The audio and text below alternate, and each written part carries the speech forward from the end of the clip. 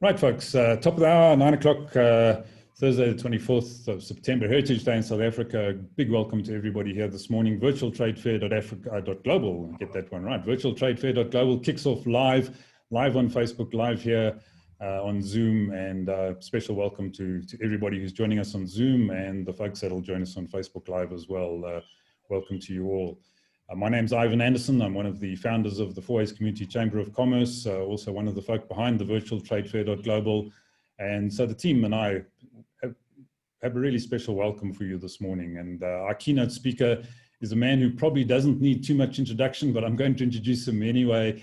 Michael Jackson, the other Michael Jackson. Michael is a speaker of note. Michael has been touring the world for decades now. Michael, I hope you don't mind me saying decades, but Michael's been touring the world for decades, giving his keynote speeches from factory floor through to CEOs, executives, and even heads of state. So Michael has extreme amounts of experience and knowledge. He's an expert on change, and we just can't wait to hear what he's going to tell us today, this morning.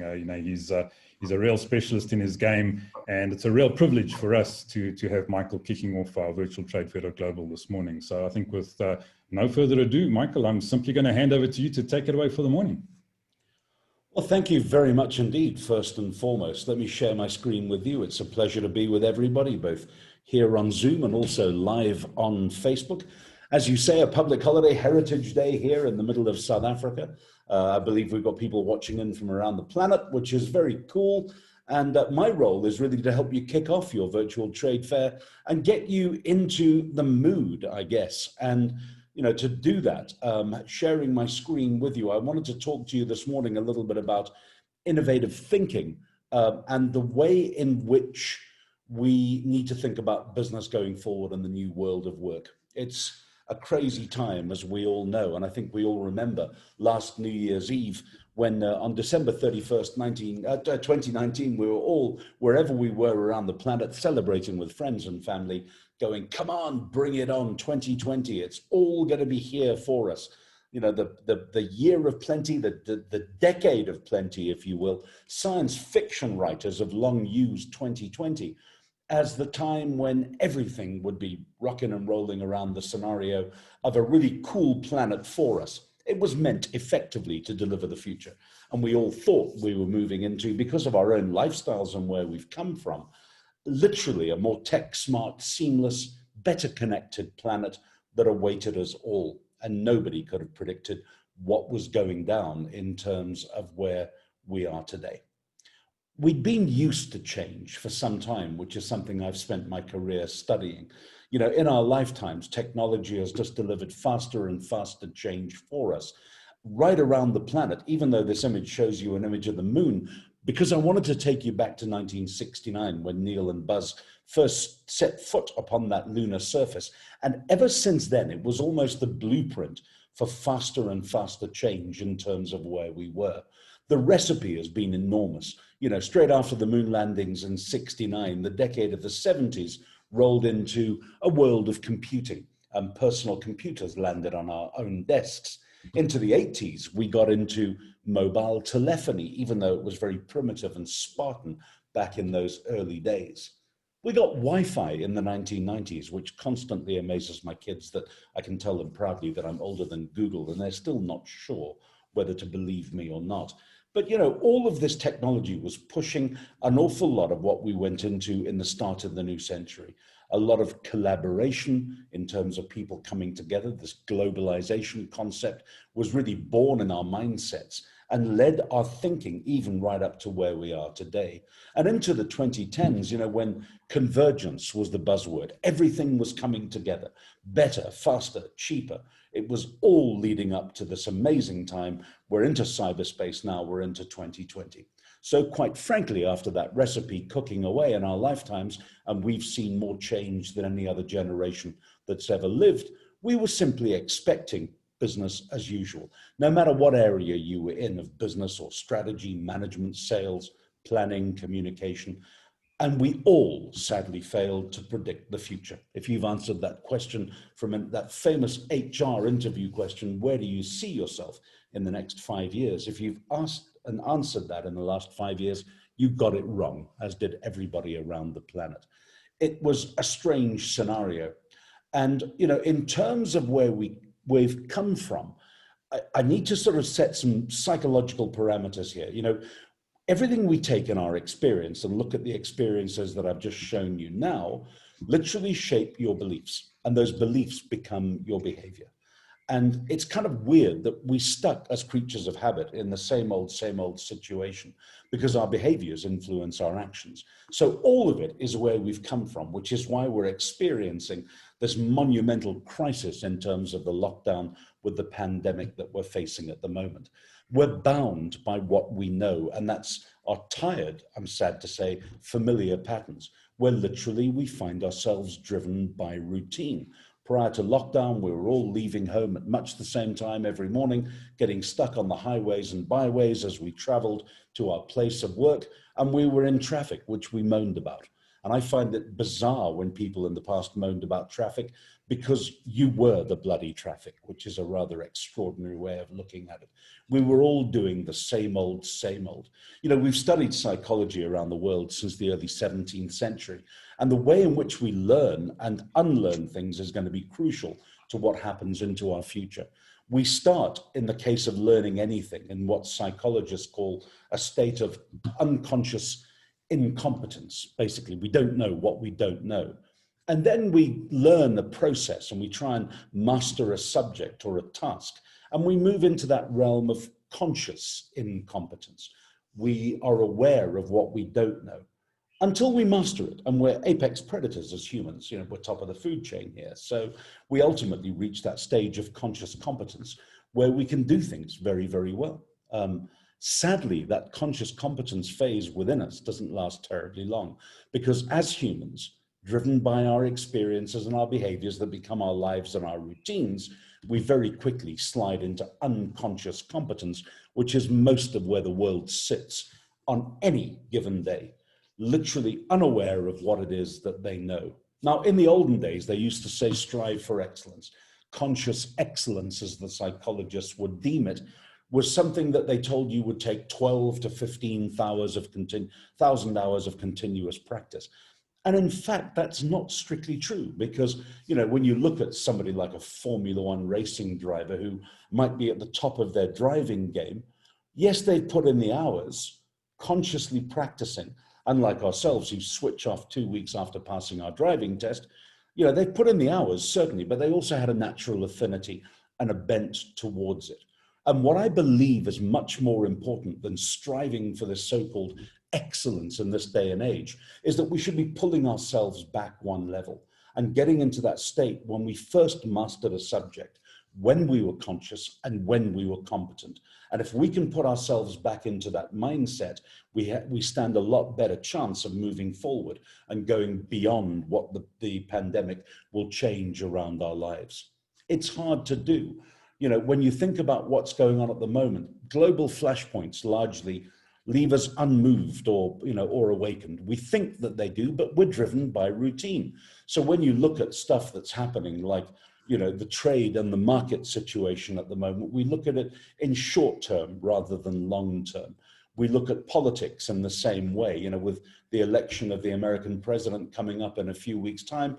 It's a little bit crazy. We're not quite sure what to do. Yes, he's a bit of a mad one. So's Boris over in Europe, and our own local president here in South Africa has come in as the squirrel for a lot of stick recently.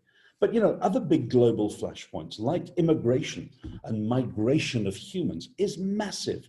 And we tend to think of that as being just a few people pushing a dinghy out from Calais and aiming for the white cliffs of Dover. It isn't at all.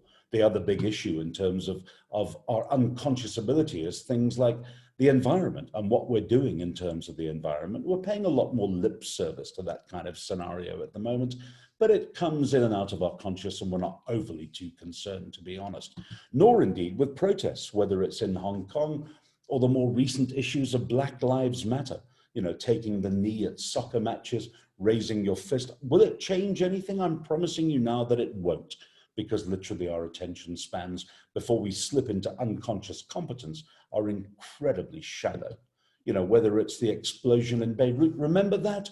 We were all sharing pictures of that shock cloud of the ammonium nitrate. Anybody mentioned Beirut in the last couple of weeks?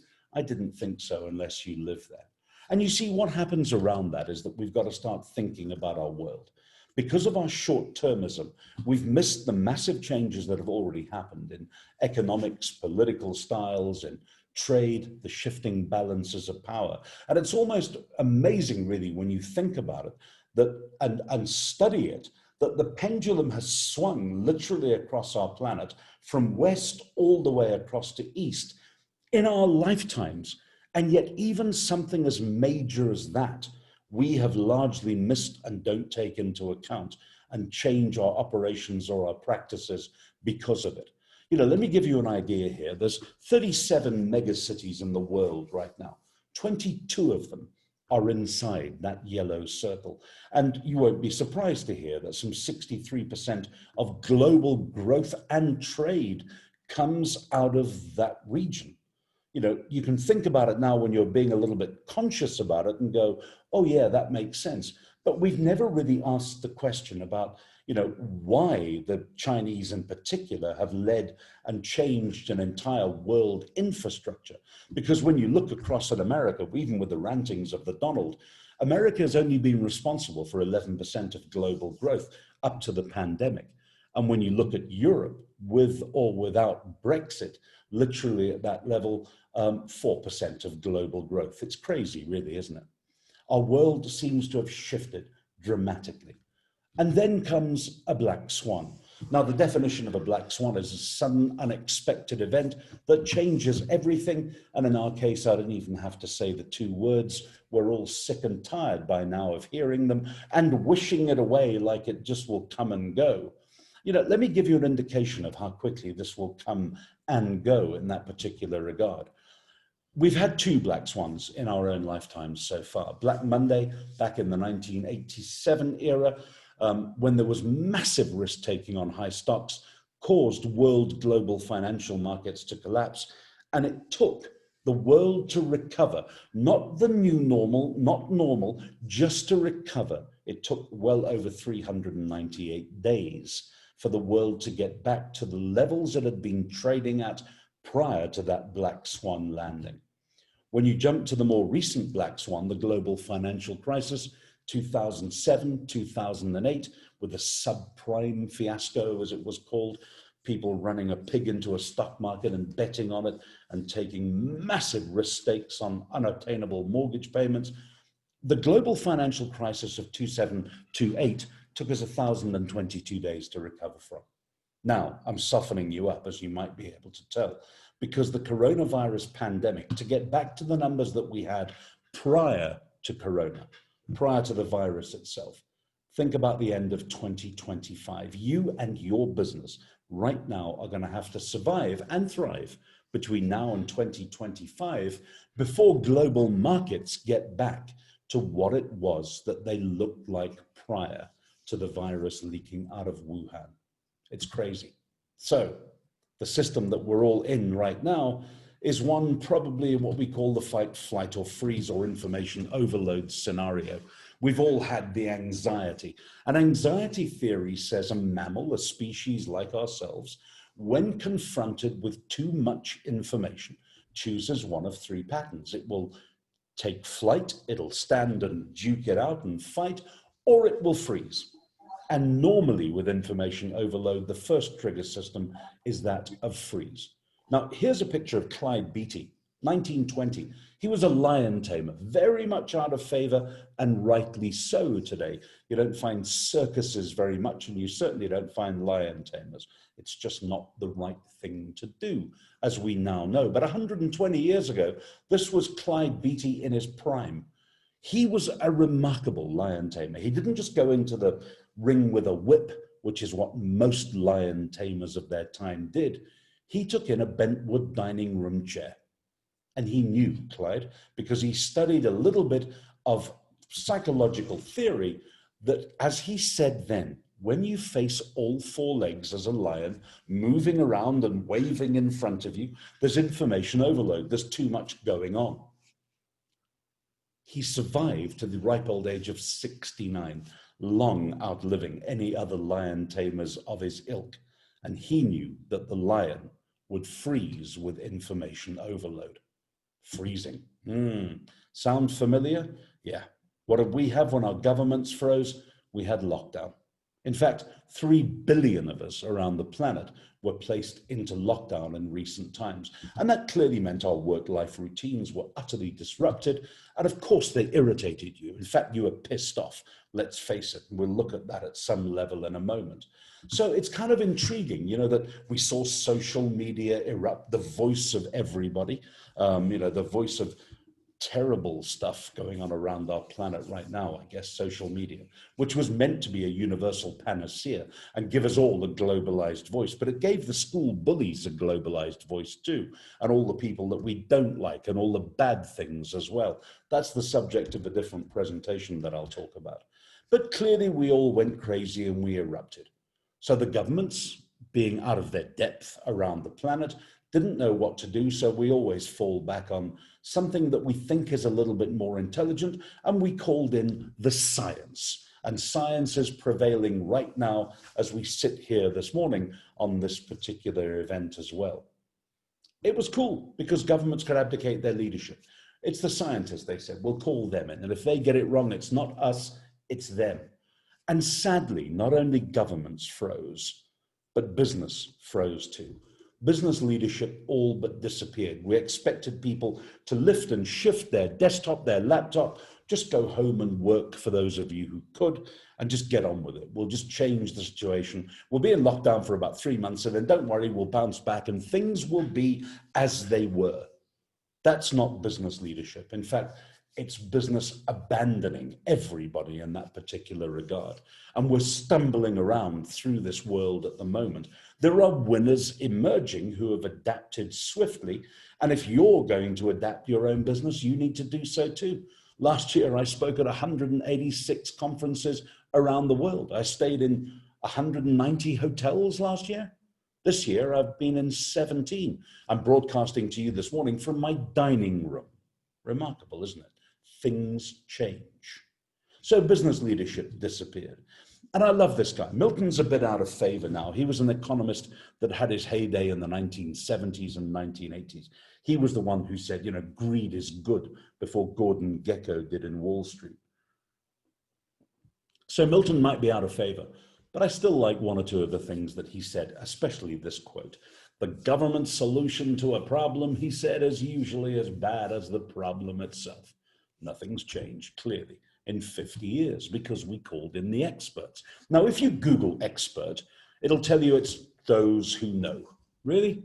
I think there are 2 types of experts on this planet because most of us are totally unaware of what it is that we're doing. There are those who don't know, in my humble opinion, and then sadly, there are those who don't even know that they don't know. And they'll give us lies, damned lies, and statistics. We've all heard that before.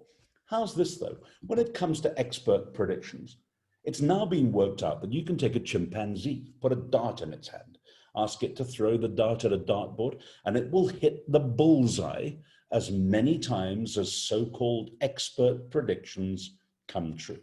So our governments have called in the equivalent of chimpanzees. Let that just sink in for a moment.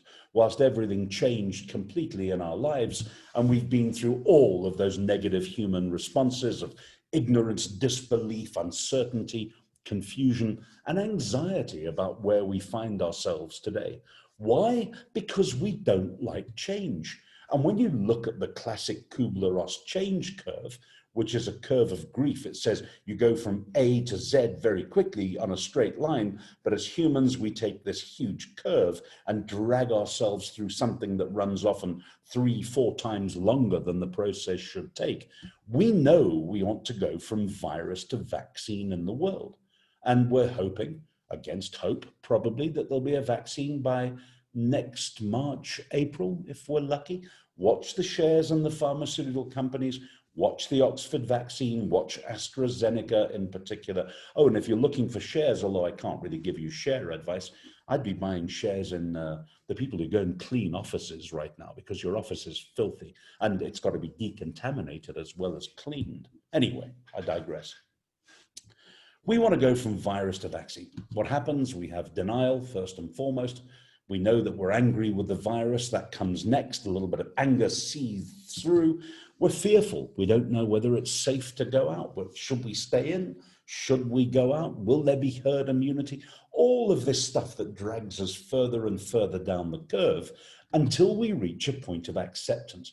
Most of us, 99.99% of us, are not there yet. And let me tell you that this curve is not just linear. You can go backwards and forwards on this curve.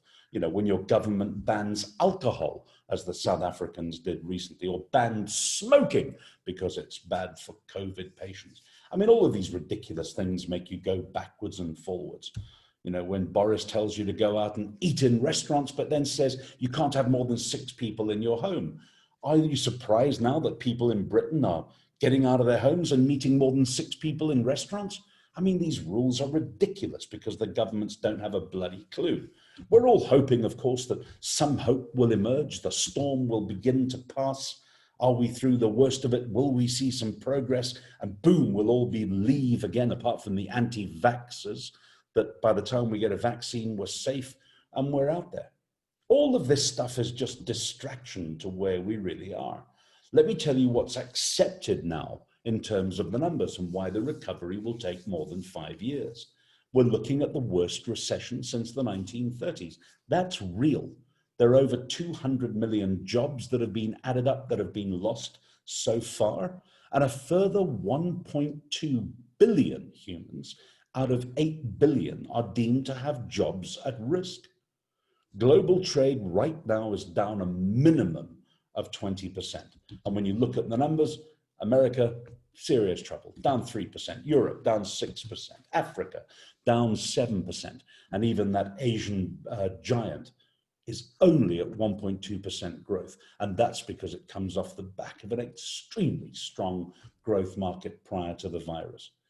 Things, folks, are going to be significantly different. So that means there's got to be a new formula for your future business success. Now, who did we look to before? The experts. So in many respects, people who are experts in business, I know they have an MBA, right? And you always know when someone has an MBA. Why? Yeah, because they tell you in the first 30 seconds of you meeting them. And here's what they studied in the 20th century in terms of their MBA. It was no more than this, really a fundamental economic look that said in business, understand your past, modify it for your present in a world that doesn't change terribly quickly. And if you modify for the present, you should have a sense of future. Hogwash. There's a new MBA methodology now, and it says this: forget your past. It doesn't even matter about your present. What you need to be in a world of nearly 8 billion people and a world of over 150 million registered formal businesses, you need to be different. You need to be unique. And that, if you're lucky, will give you a sense of future. And the reason that you've got to work this out is that change is happening quicker now than ever before. I love this. 2021 is around the corner. It's coming whether you want it to or not, with no more furloughs, with no more UIF payments, with no more support. Darwin was right. You're going to have to be lean and fit to survive into 2021. Look at your watch, count the weeks down. It's coming, and it's coming at rocket speed. Your business ought to look like this now and for 2021. You know, this is the framework of what a good business should have in this day and age. But when you go out and study businesses, let me show you what they normally look like. They're over-administered. They're over-managed. They're pretty piss poor at communication, although they talk a big story about communication. Listen, the advertising industry just died. That used to be the way that businesses communicated. PR is fake news. Listen, businesses are struggling. And when it comes to collaboration, let me just ask you to dial your nearest call center. Please hold. Our numbers are down because of the coronavirus epidemic. You think that's service and reality? It's ridiculous. So business is inside that yellow block, and nobody wants it. Because if you ask customers what they want, they start with collaboration. They want a relationship. They want an experience, a solution, not a product. And they want it delivered via technology. We'll even accept artificial intelligence. No one has yet figured out the data science and all that IT hype and bullshit before about big data. Well, yeah, maybe Facebook and Amazon and Google have got it sussed along with LinkedIn better than anybody else. The average business wouldn't recognize big data if it fell over it like a boulder on the floor. It's crazy. We've got to start getting there. But while governments talk about a V-shaped recovery, let me tell you, there's the V-shaped recovery in front of you now for your business. Move from yellow to blue as quickly as you possibly humanly can. Wow.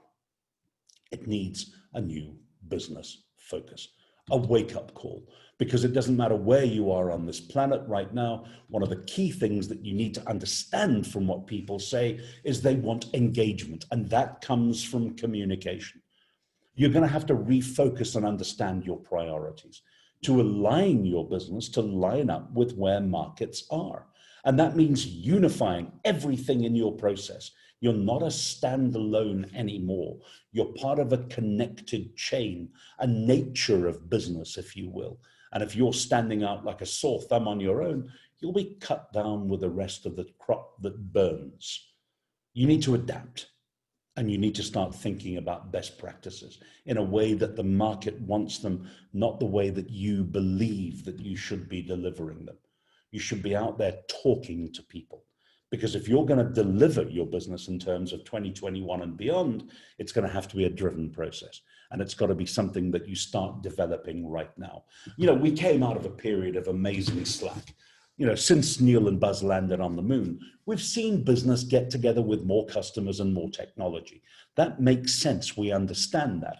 We've talked lip service about delivering partnerships in terms of fulfilling that whole circle.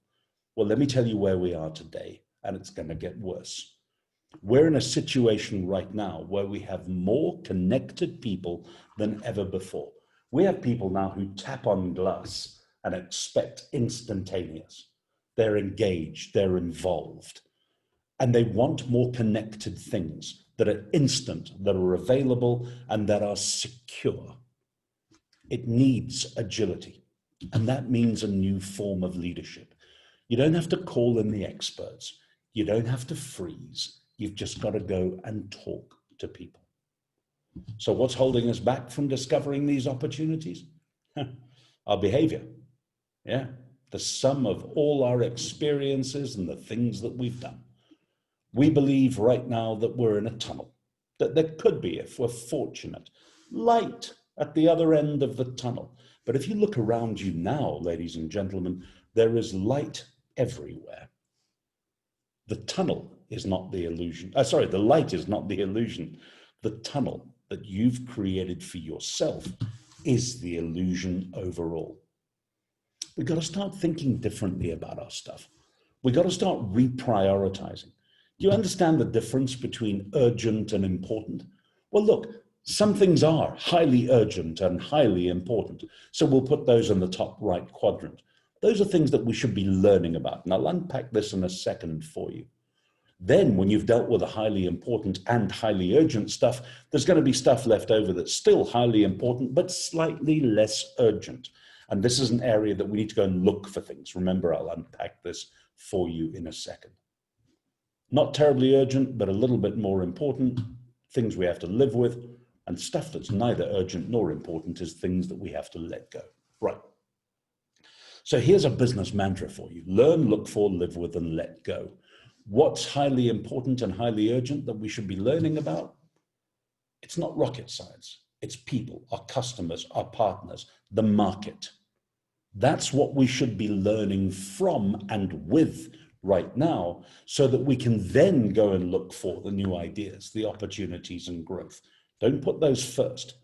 Understand your markets and what's going on around you before you even dare to think of new ideas and opportunities. What do we live with? Well, we know that. Ethics, morals, values, the stuff that's going on around us every single day on our planet because we only have one small crowded blue space. What should we let go? Negativity, habits, and routine. The stuff that normally we start with every bloody day. Why? Because we're unconscious but competent.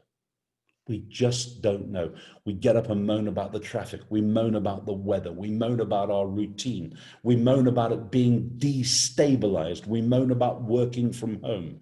We moan about everything. And yet it's neither urgent nor important. So why waste the energy in that particular scenario? What we need to do is now focus on the entire journey and start moving out in a brand new way. This is a course for business strategy. Where are you headed? Into a crazy new future? What's around you? Everything that's different. Where have you come from? Wow, a strange, slow, unpleasant world. And have you got your hands on the wheel now to drive it? 3 things they didn't teach you in terms of the new future of this confusing landscape around you: how to simplify, how to smarten up, and how to specialize. And I really believe that this is what we should be doing rather than doing an MBA. Just do a triple S, simplify, smarten up, and specialize. Let me give you an example of each of these things briefly. The Chinese, who've gone from 0 to hero since 1980. In 1980, by the way, the Chinese had 88% of their population living in poverty in our lifetimes. Today, that number is under 2%, and the Chinese Central Party had said that they would eliminate poverty in China just before the coronavirus landed by 2025. They've revised that target now to 2028 because of the recovery scenario. But in your lifetimes, from 90% poverty to 0% poverty, an entire nation has moved itself forward. A lot of the stuff they did was quite simple. They listened to this guy, the old sage and guru Confucius from several thousand years ago. He said a lot of cool stuff, man. My favorite quote from Confucius, when he said this, I was blown away. Absolutely sensational. And let me share it with you in English if you don't speak Mandarin, which you ought to be studying, by the way, as a second language, because it's going to be the nation that dominates the rest of your lifetime. Humans complicate life. Life is simple. Humans complicate life. That's the effective quote. And if you look at the essence of what Confucius taught the Chinese, on this little dusty statue on the back streets of Beijing, let's call it an ancient post-it note. We'll blow it up and translate it. And here's Confucian theory. 3 things, he says. Keep it simple. Identify what's important to you. Eliminate everything else. And with what's left, if you can't do it on your own, automate it, delegate it, or get help. Now, he said that 3,000 years ago. So why were the Chinese living in poverty up till 1980 if he was that good back then? Because they got what we got at exactly the same time as we did. As soon as Neil and Buzz landed on the moon, PCs, phones, connectivity, and not only did they get it, they made them and delivered them better than anybody else around the planet. They were able to apply this theory literally from the 1980s onwards, and it's turned an entire country on its head. Simplify your stuff. Smartening stuff up. What do we need, folks? It's sensible here. It's common sense. You don't need rocket science.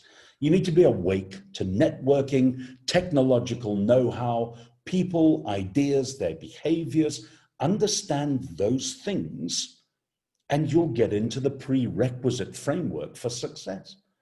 And from smartening yourself up in that direction, what do we then need? To be more specialist. And let me give you an idea of how you need to find your own unique niche. If you're in bricks right now, the old-fashioned business, you need an EPA. You need a better experience, you need better pricing, and you need better availability. If you're in bricks and mortar and you don't have those 3 things as the entry level, you might as well pack it up and go home. Lock the shop, go home. If you're in clicks, by the way, in a technological space, and I don't mean clicks, the store here in South Africa, if you're in high tech, you need instantaneous price and delivery. Look at the difference between bricks and clicks. Have you got an EPA or an IPD? And if you need both bricks and clicks, you better be in an EPA and an IPD. It's called specializing, and that's why the world will change. I know I've got to rattle through this because you've got some amazing speakers coming up to you in your virtual trade fair through the rest of the week. But I want you to think about how the current situation now globally has changed your business modeling. I'm going to make these slides available to you. I'm going to do something interactive with us in a moment or so. But I'd like you to just have a quick squiz around that wheel. I hope your screen's big enough. There are only 9 real ways that you can implement massive change right now on the planet. You can move your interactions with people into a new level. You can connect with people at a different level. You can shuffle the deck chairs around, realign the talent and the assets in your business. You can look at a different signature offering. You can look at distinguishing your forms, your features, and your functions. You can add additional offerings into the overall mix. You can look for differentiated enhancements and different ways of delivering them, and also a way of representing your offerings and your business in a brand new style. If you look at the top businesses on the planet right now, the Amazons, the Googles, the Teslas, they're all doing that right now. They're literally changing the structure of their business and they're remodeling everything. It's different and it's exciting, and that's why markets have responded to them. I will share this wheel of change with you, as I say, a little bit later.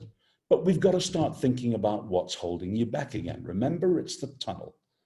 You've invented this bloody tunnel that's holding you back. The light is everywhere.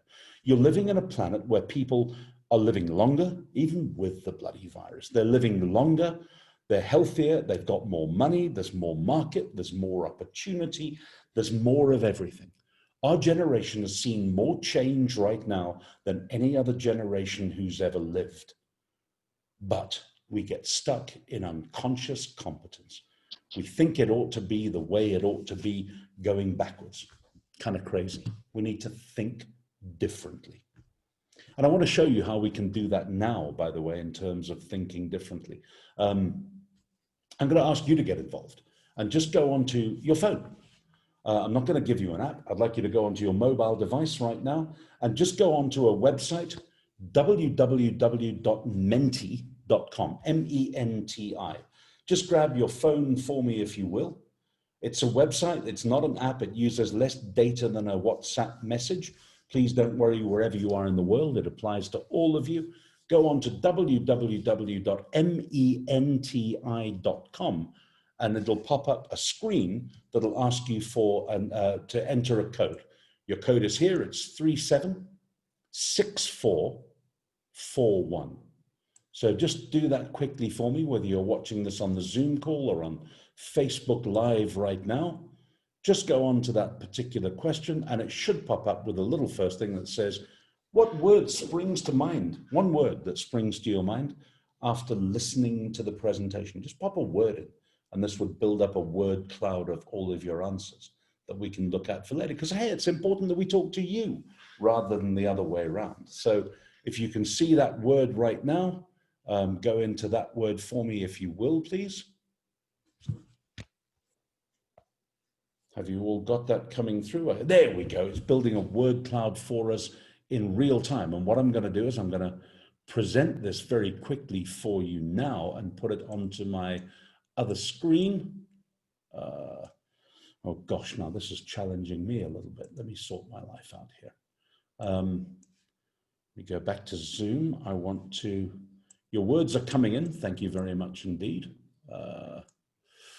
Right, I'm just going to stop sharing for a moment and then go back and share my other screen so you can see this happening in real time. The screen that I want to share is now this one. So you should be seeing that for me in terms of where we are.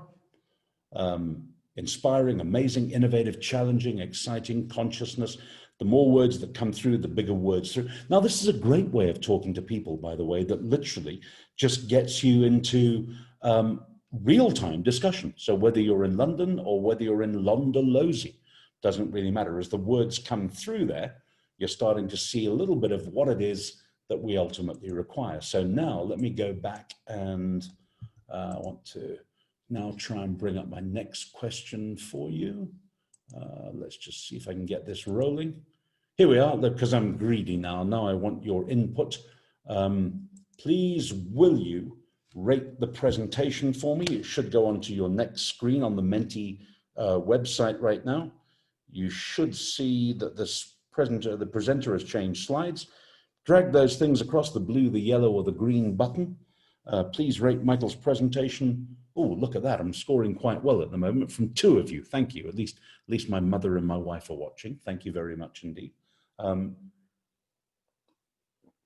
I like that. Thank you very much indeed. That's just an ego one for me. I'm sorry to do that to you. I'll take down that sharing screen for the moment, because what I want to do now is go back into, you can keep answering this one all the way through, by the way. This Menti code of 376441 will remain open to you. And the one that you should be able to see on your Menti app right now is the one that says, if you refresh it for you, the presenter has changed slide. If you'd like a copy of the presentation, what I'm going to need is your name, I'm going to need your email address, and your company name. I will keep that data confidential. The only thing that I will mail you is the presentation, unless you want to open any further dialogue with me in your own particular regards. So I'm going to leave that open gently in the background. Menti.com 376441. If you would like to see a copy of that presentation, you are more than welcome to get it at that level. Right, now what I've got to get rid of is, gosh, I'm dealing with 5 or 6 major screens here. I don't think I'm sharing screens with you at the moment.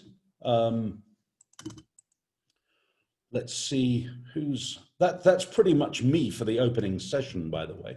So thank you for watching that. Please keep answering that story, if you will. And Ivan, if you're there, let me call Ivan back up, or if we've thrown him out. I'm welcome to go into the chat box. I can see the chat box is open as well.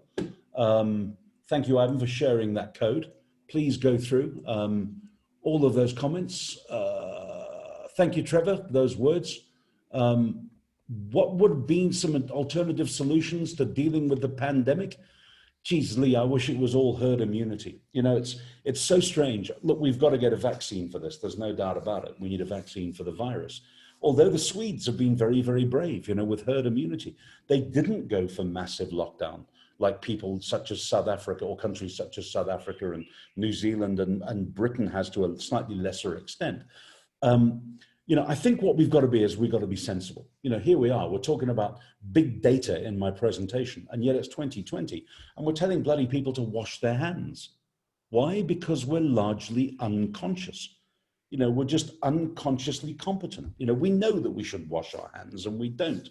And it's just bizarre. We need a better behavior for this that works it better.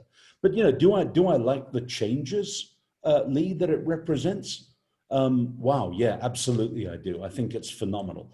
I mean, personally, in my life of traveling and presenting, I miss the travel. It'll come back to me one day. I'm aware of that. I hope so, because I've got enough tickets stored up on Qatar Airways to use. We'll have to see how that goes. The alternative solutions is a different mindset, Lee. I think that answers it. Trevor, what would a 23-year-old Michael Jackson be doing right now? I'd probably have a hangover this morning when I was 23. I don't hardly drink alcohol at the moment unless it's a good draft beer. But in terms of, it's a weird question. I was on a Zoom call with Simon Sinek the other day, and he was asked that question. And he said, you know, the weirdest thing is he preached, and this is not my answer, but his, he preached that social media was the universal panacea for everyone talking. And pretty much as I mentioned to you, he believed now that he shouldn't have ever gotten involved in social media. And I do think it's an incredible time waster. I think it's poisonous. I think it's crazy. I think a new version of social media will emerge, probably post-pandemic. You know, and this thing about celebrity, I mean, does anyone really care? Kim Kardashian's program, thank God, has been dropped. I wouldn't recognize Kim Kardashian. I've never watched anything that she's done. You know, a talentless moron who is incapable of delivering anything with significant meaning. Not that I have strong views on this stuff, or any famous celebrity at that level. Do we really care what a celebrity uses for toothpaste? I don't think that's going to matter much post-pandemic. What would I do now? I wouldn't have spent so many years in the advertising world. Thank God I did spend some, because I learned the process of human communication and I learned how to present. I'd have spent a lot more time talking to people, Trevor. Sure, whatever, what else coming through there? Curious about the social impact given our reality. Motle Pule, the social impact given our reality in the essay. You know, a lot of South Africa is being driven by a strange social impact at the moment. You know, It's a lot of the world is, to be absolutely honest with you. But when you look at radical politics, when you look at crime, when you look at people's voices, there's a lot of poison out there that we really could do with avoiding. I think it is scary, Matlepule. It's a scary thing. Lorraine loves something more every time she listens to me. I'm going to save that, Lorraine, and I'm going to send that to my wife on email later, because she certainly would not agree with that. Love the interactivity at the end. And Stella, thank you. That's a good way of looking at it. I think that we need to talk more. We need to get dialogue. And what I've been trying to change in the conferencing world, for example, for several years, is something where I call fuel, ignite, and engage. There's more value in an audience than there is in experts talking. And I hope that you can share with everybody throughout the course of the presenters today as much as it is that you would like to. I mean, you can go back and use that Menti code, by the way, if you want it, and just type in a thing saying, you can ask me a question, I don't mind. And I reply to everybody. It doesn't matter whether it's 1 or 100,000. I'll spend 24 hours awake if I need to.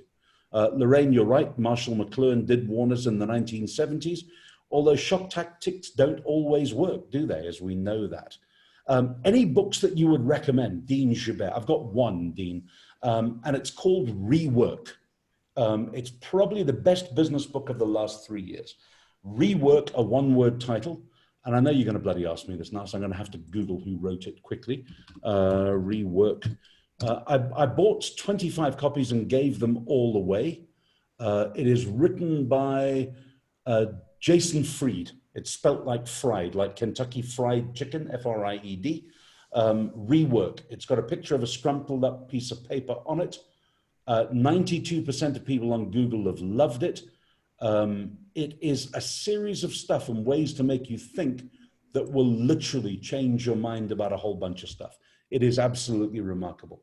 The one book that I've read. Is changing behavior. If changing behavior is the key, says Lee, how do we get out of our unconscious competence?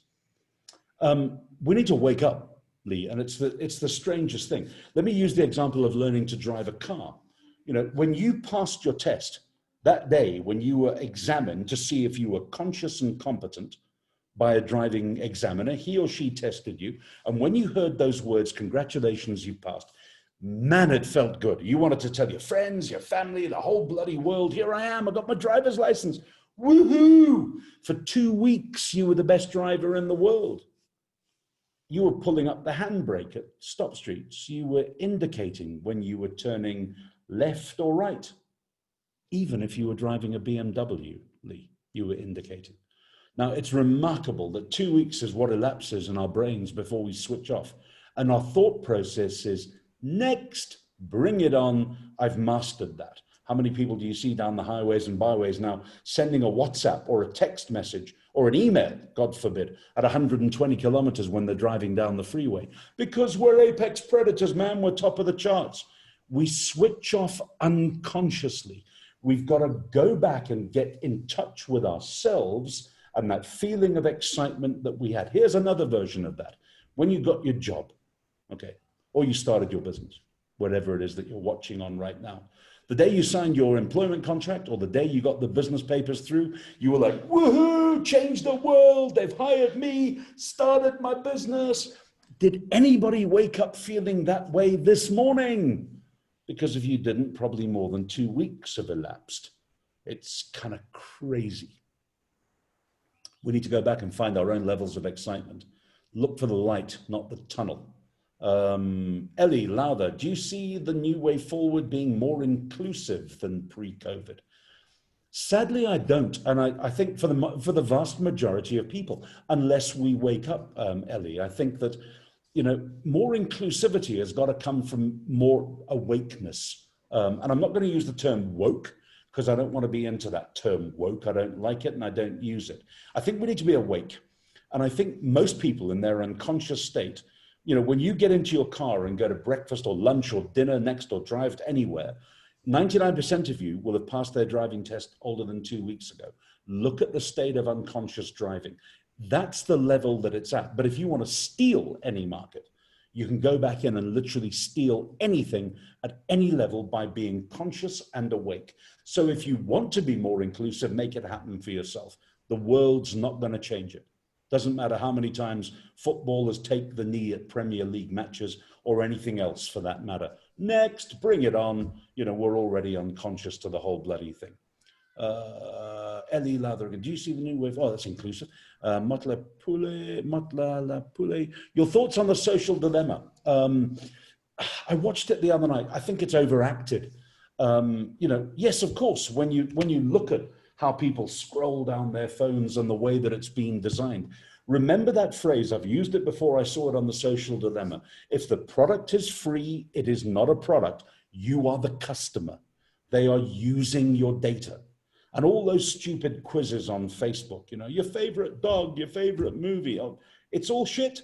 Don't do any of them. You know what I mean? I've gotten rid of Twitter, by the way, because I'm tired of anger and hate pouring out. I used to watch Twitter on the toilet in the morning to have a look at what Trump was ranting on about, but even Trump bores me now. I think that, so I dumped Twitter. I'm seriously considering dumping my personal Facebook page for anyone other than family and friends. I have a business page on Facebook, The Other Michael Jackson. There's probably about 6,000 to 7,000 people who are connected to me on it, maybe another 5,000 who follow it. My biggest thing in social media terms is LinkedIn. I think, and most people have a very ignorant LinkedIn profile. It's not a dating site. It's not a place for you to pose and to pout. It's a place for business. And it's a place to look at business very, very sensibly. I think that of the, I don't know, of the 150 gigs I get a year, probably 50 of them come to me direct from LinkedIn because I use it for sharing content. I use it for working on content. And it's my only thing that I really, really love. Watch The Great Hack. But if you haven't seen Chase, we're going to have to mute you, I think, unless you're going to ask a question. I'm happy for that as well. Watch The Great Hack before you watch The Social Dilemma. I think The Great Hack was a far more valid thing of looking at what was on that was good. And I'm just going to go back and look at my other notes because I keep notes on Netflix. Two things you've really got to watch. American Factory. If you haven't seen the documentary on Netflix, American Factory, do it tonight. It was filmed by, it's a fly on the wall documentary over 3 years. In a nutshell, what happened is a Midwestern car plant was closed down by General Motors 10 years ago. 3 years ago, a Chinese billionaire who makes windscreens for cars decided he'd have his first business outside of China. And he bought the factory, rehired every person in the town, and sent over the Chinese managers to teach them how to work in the Chinese style. It's half in Mandarin with subtitles and half in English. It's an eye-opener deluxe. You won't sleep after watching American Factory. So that is absolutely sensational. Geez, you really got me going on this now, huh? Also, if you haven't seen The Edge of Democracy, go and have a look at that as a great documentary. It's about the Brazilian elections, and it's very close. I know a lot of you today are watching in South Africa. It's a very close parallel to what could likely be a scenario in the South African context. It's weird. Oh, and going back to the other one, who asked me the question? Matle Lepule, you were asking about the social dilemma as well, right? Here's one.